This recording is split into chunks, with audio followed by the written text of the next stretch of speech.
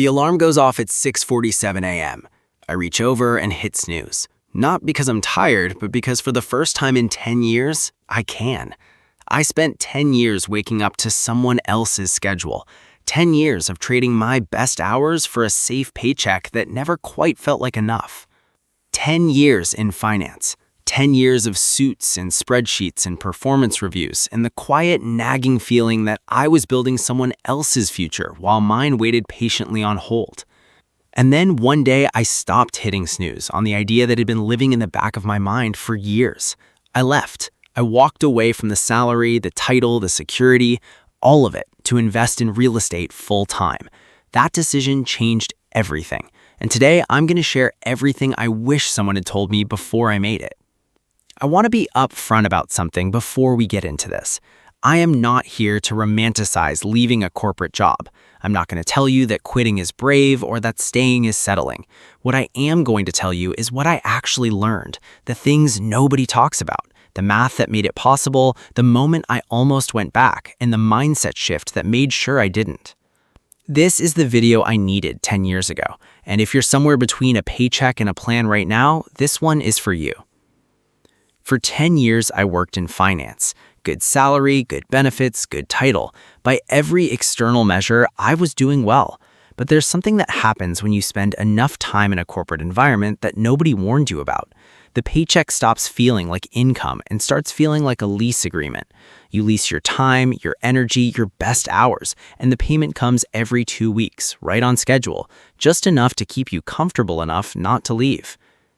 That comfort is the trap, not the job itself, the comfort. I wasn't miserable. That's the part that made it harder to leave. If I had been miserable, the decision would have been easy, but I was comfortable, and comfortable is the place where years disappear without you noticing. What finally broke through that comfort was a single question I started asking myself every Sunday night before the work week began. If I knew my income was secure, would I still be here? The answer, honestly, was no, and once I admitted that, everything started to shift. I didn't leave on emotion, I left on math. Before I handed in my resignation, I spent almost a year building what I call my survival number. Not my dream number, not the income I wanted eventually, just the bare minimum monthly cash flow I needed to cover my life without touching my savings. I went through every single expense: rent, food, insurance, transportation, subscriptions, everything. And I came up with a number, the exact monthly income that meant I could breathe without a salary. Then I built my real estate portfolio around that number. My first rental property wasn't glamorous. It was a single-family home in a working-class neighborhood. Nothing about it made a great Instagram post. But after the mortgage, the taxes, the insurance, and a buffer for maintenance, it cash flowed. Every month, money came in that I didn't have to show up for. I kept my corporate job while I built. That's something people don't talk about enough. I wasn't brave enough to jump without a net, so I built the net first. For 2 years, I ran both. The job paid the bills, the properties built the foundation. By the time I left, my real estate income covered 80% of my survival number. I had savings to cover the gap for 12 months while the portfolio grew. The math said I could go, so I went. The lesson here isn't that you need to be rich to leave. It's that you need a number, a real, specific, honest number, and a plan to reach it before you make the leap. The scariest moment wasn't the day I quit. It was the first Tuesday of the next month when no direct deposit hit my account. For 10 years, that deposit was my heartbeat.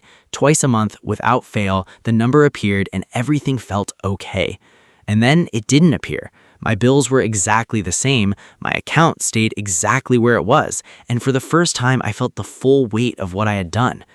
I sat with my phone in my hand, my old boss's number on the screen, thumb hovering. I almost made that call. And then I opened my notebook to the page where I had written my survival number math. I looked at the rental income coming in at the end of the month. I looked at the 12-month runway I had built, and I realized something clearly for the first time. I wasn't failing, I was just in the gap between two lives. The salary was gone, but the system I had spent 2 years building was still there, still working, still generating income that I didn't have to sit at anyone's desk. I didn't need a job, I just needed to trust the system I had already built. I put the phone down, opened my laptop, got back to work. That moment taught me more about investing and about myself than anything that happened in 10 years in finance. Here are the things I wish someone had told me before I made this transition. Not the motivational version, the honest version. 1. Your identity is more tied to your job than you think. I didn't realize how much of my self-worth was wrapped up in my title until I didn't have one. The first few months after leaving, people would ask what I did, and I would stumble over the answer. I invest in real estate didn't feel like enough. It took time to own it fully. If you're planning to leave, prepare for that psychological shift. It's real, and it takes longer than you expect. 2. Cash flow is not the same as wealth. When I started in real estate, I was obsessed with cash flow. Monthly income, passive income, replace your salary income. And cash flow matters. It's what gave me the freedom to leave. But the real wealth in real estate is built through appreciation, equity, and smart refinancing over time. Cash flow buys your freedom. Equity builds your future. You need both in your thinking from day one. 3. Vacancies will happen, and they will test you. My second property sat vacant for 6 weeks. 6 weeks of carrying the mortgage with no rent coming in. I had budgeted for it, I knew vacancies were part of the business, but knowing something intellectually and living it financially are two completely different things. Build your vacancy buffer before you need it, not after. 4. The best deals are not always the most obvious ones. I spent months looking at turnkey properties with strong listed cash flow.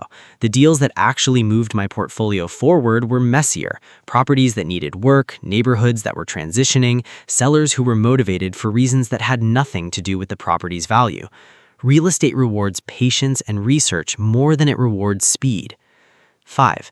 Your network becomes your most valuable asset.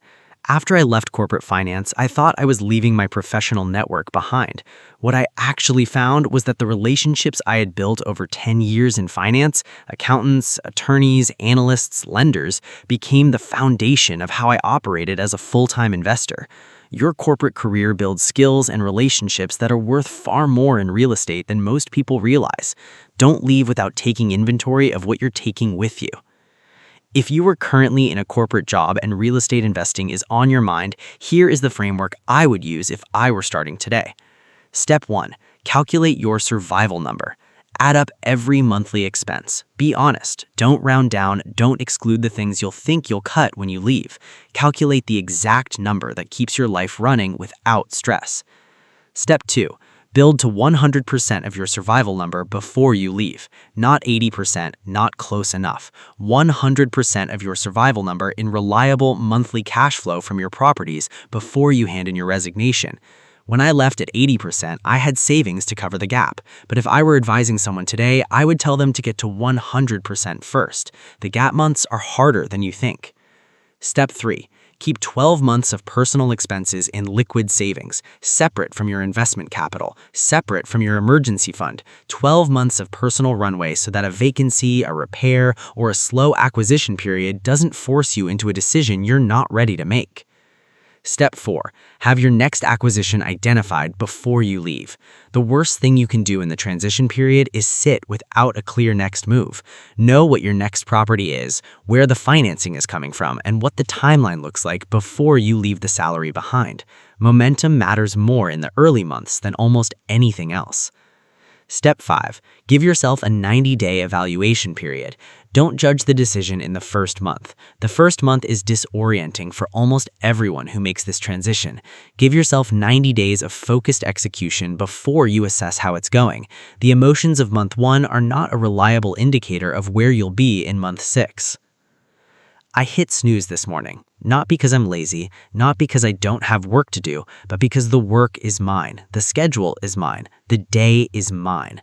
That is what 10 years of a corporate salary, 2 years of building while employed, 1 moment of almost calling my old boss back, and everything I learned in between actually bought me.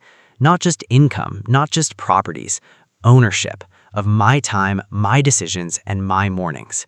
If you were sitting where I was sitting, comfortable enough to stay but restless enough to wonder, I want to leave you with this. The gap between two lives is real. It is uncomfortable. It will test you in ways you don't expect, but it is crossable with the right math, the right preparation, and the willingness to trust a system you build before you need it. You don't have to be reckless to be free. You just have to be ready. And getting ready starts today.